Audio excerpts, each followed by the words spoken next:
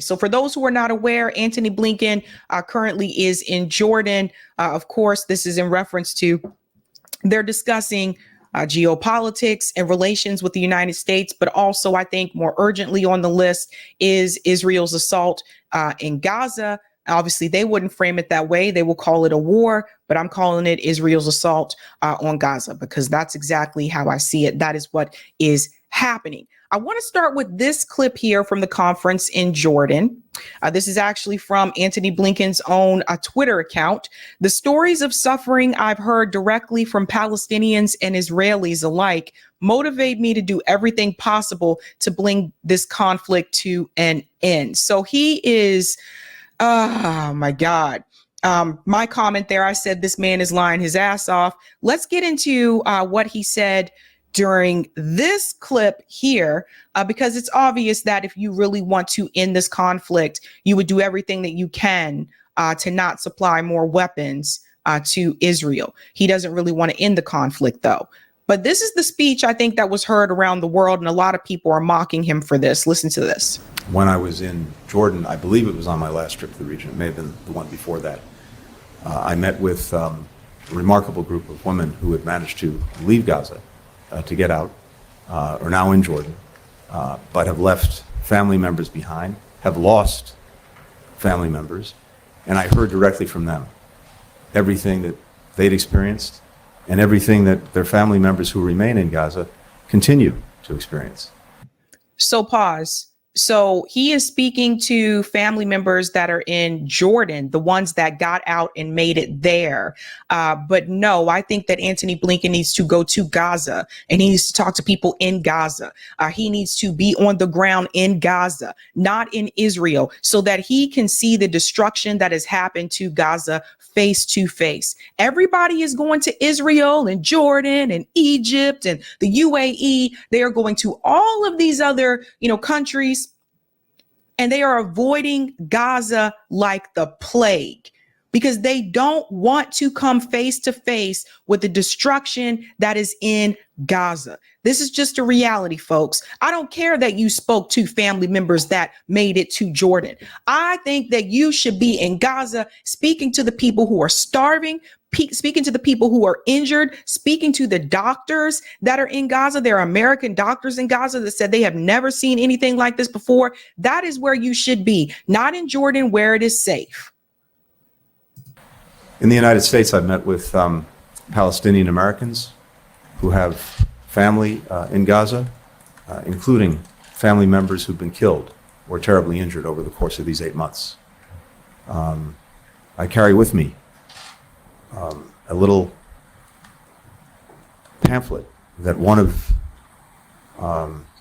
of these individuals gave me with pictures of his family members, including a 1-year-old little boy. So someone gave him a pamphlet. Notice he doesn't even remember their name.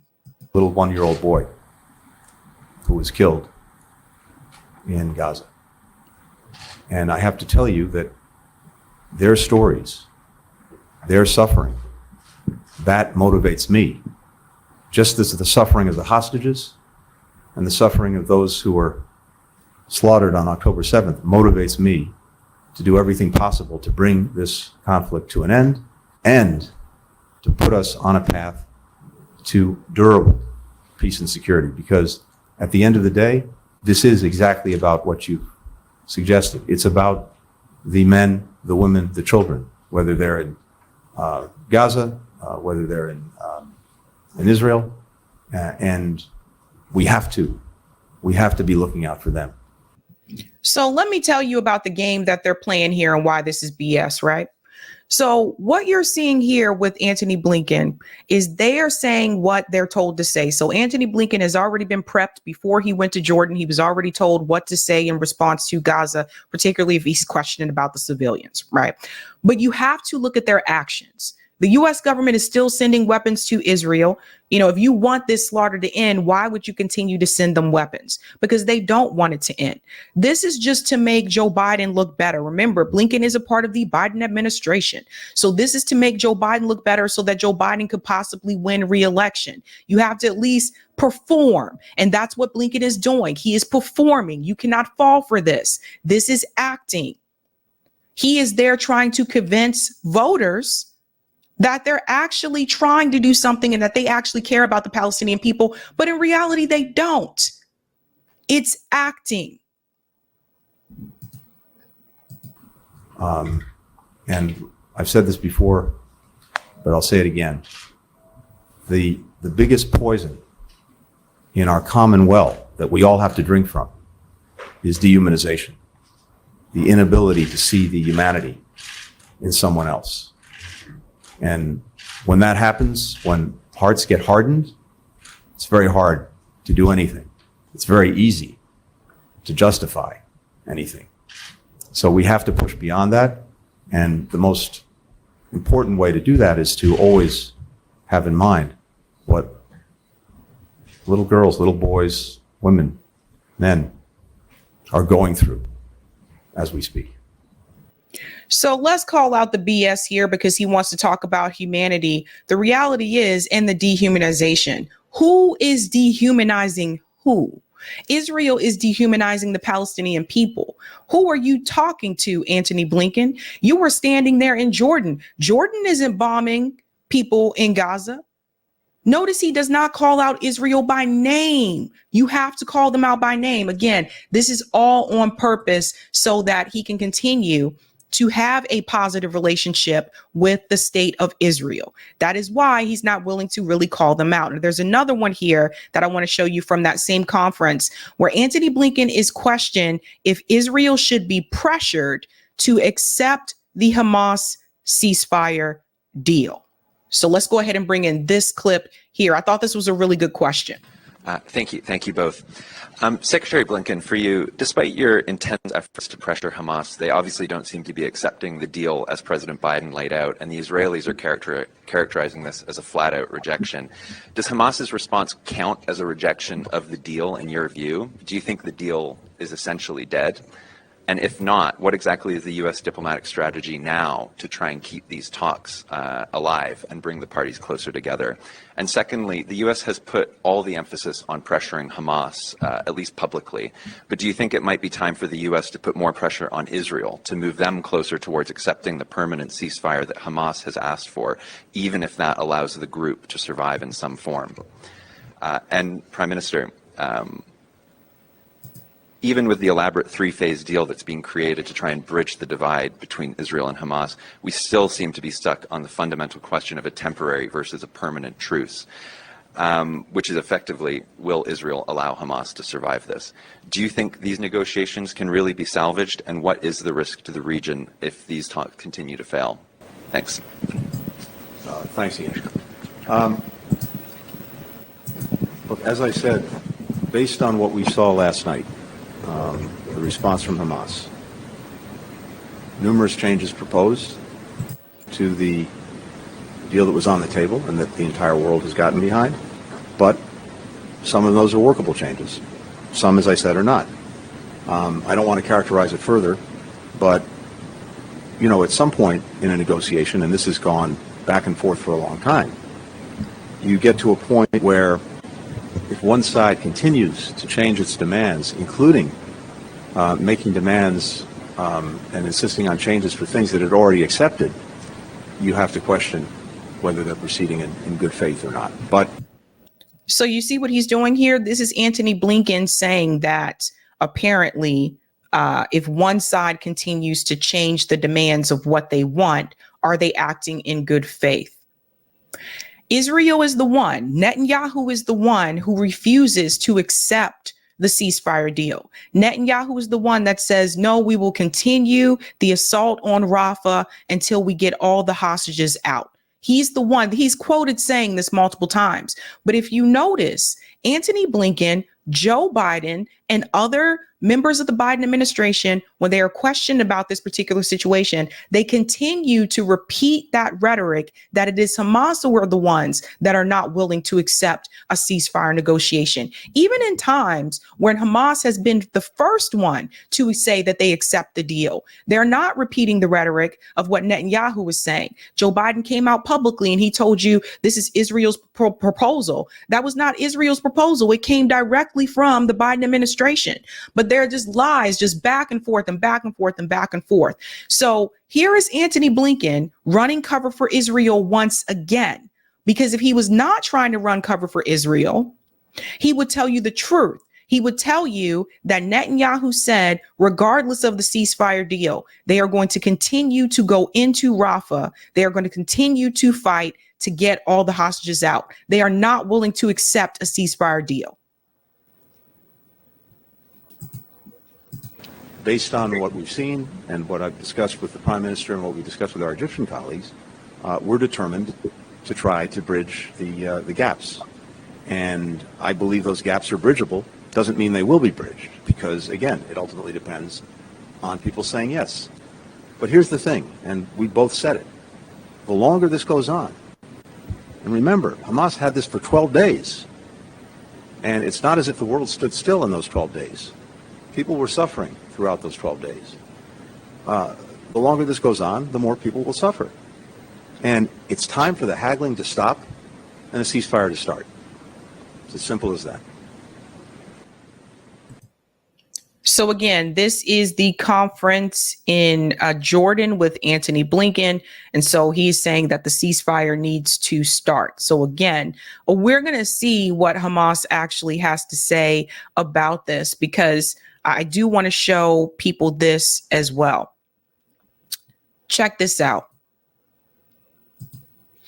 Breaking statement from Hamas leader regarding Blinken's statements about ceasefire deal.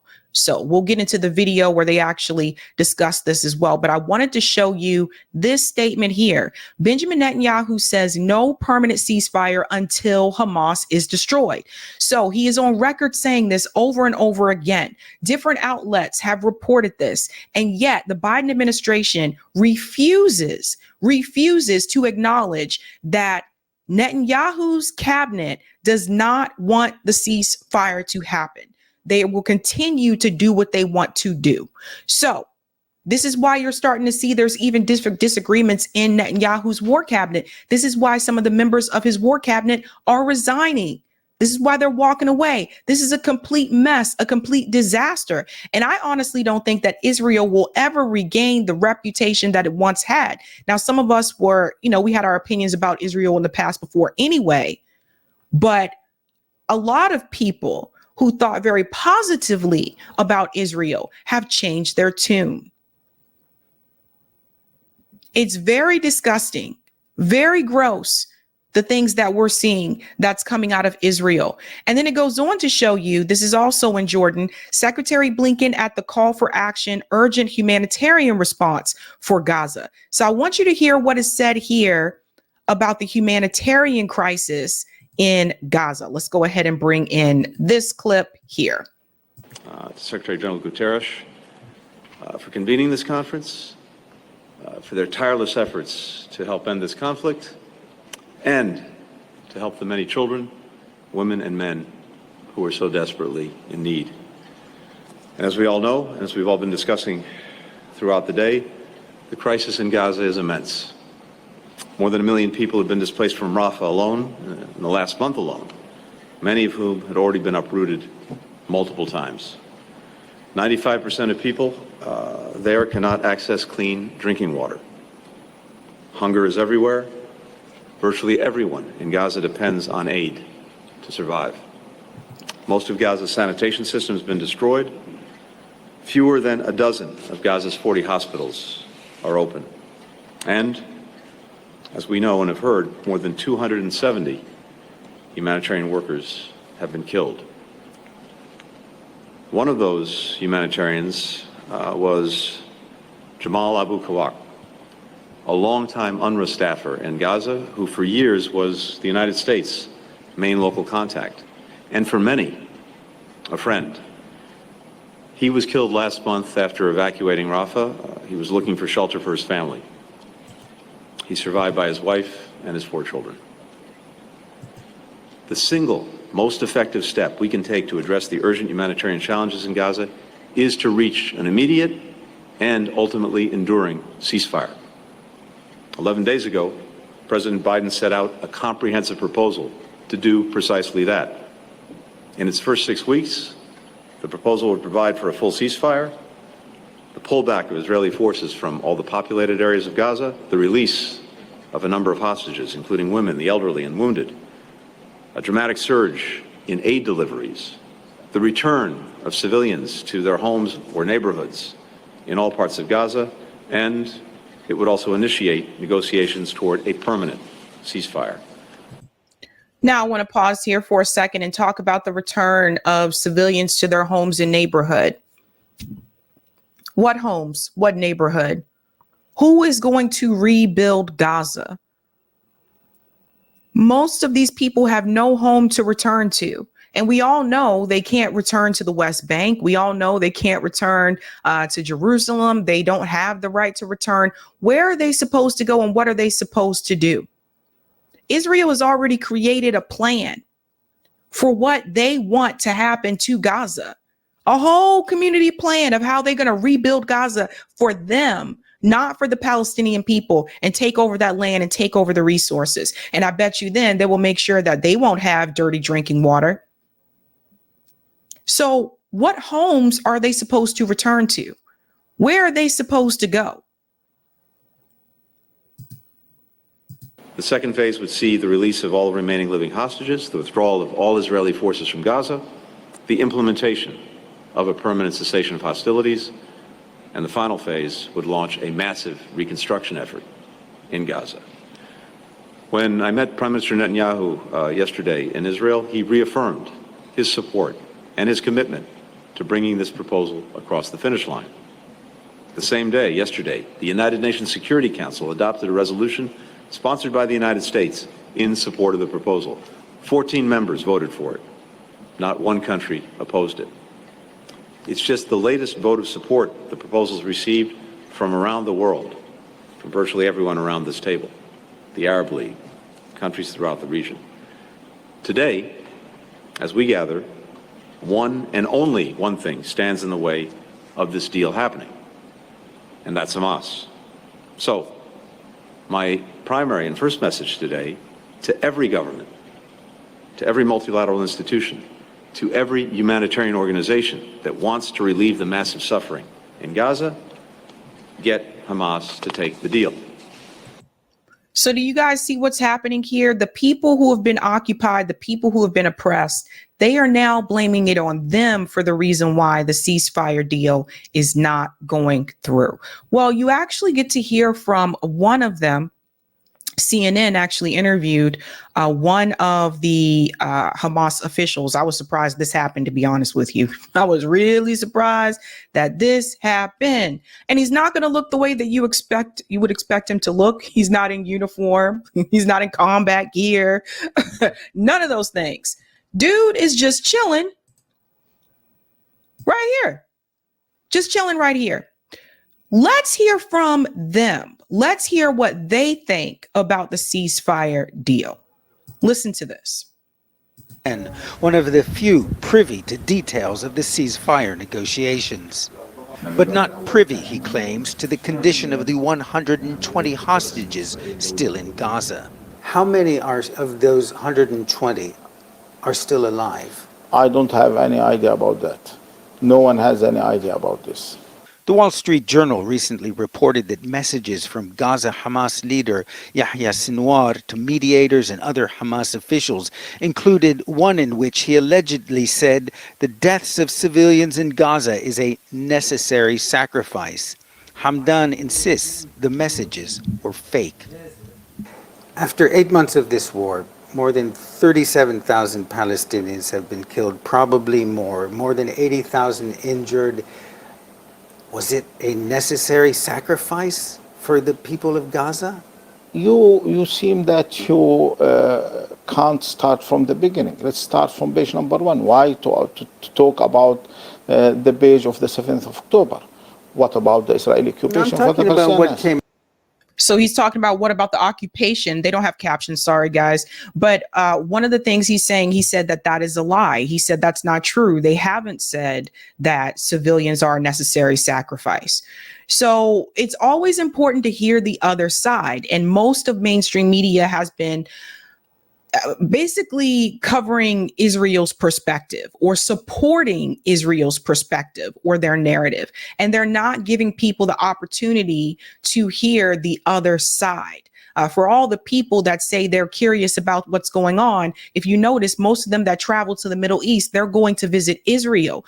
They're going to visit Netanyahu. Elon Musk did the same thing. Ben Shapiro did the same thing. But you did not see them step foot in Gaza so they could see what was happening in Gaza for themselves. So this is an important conversation. after the 7th of October. Well, the 7th of October was a reaction against the occupation.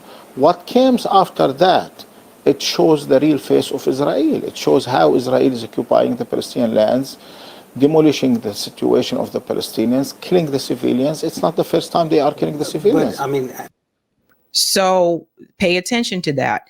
So now you hear it here. He said that what you see happening, what happened with October 7th, he said that was a response to the occupation. Now, I don't want anyone to be killed. I personally don't want anyone to be killed. But now you hear it from the other side. A response to the occupation, which apparently, according to the New York Times article, they planned this over a year and a half ago. And also, according to that article, the IDF knew about those plans over a year and a half ago and decided not to act on it because they didn't think it was serious. But notice the commentator, notice the reporter here, notice how reluctant he is to let him finish discussing the occupation itself. You see what I mean? Like, notice how he kind of shrugged there and was just like, yeah, I know, but no, you don't know. If you've never been occupied, you don't know what that's like. Hamas as an organization, does it regret what it did on the 7th of October, given what happened afterwards? We are living with this for the last 75 years as Palestinians. Now, CNN spoke to one of the doctors who treated the 4 Israelis who were freed on Saturday, and he said that they suffered mental and physical abuse. And what do you say to that? Well, he is an Israeli. He has to say what the Israeli authorities are asking him to say. Did everybody hear that? He said that, well, that doctor, the Israeli doctors, has to say what the Israeli officials are telling him to say. There you go. So keep that in mind.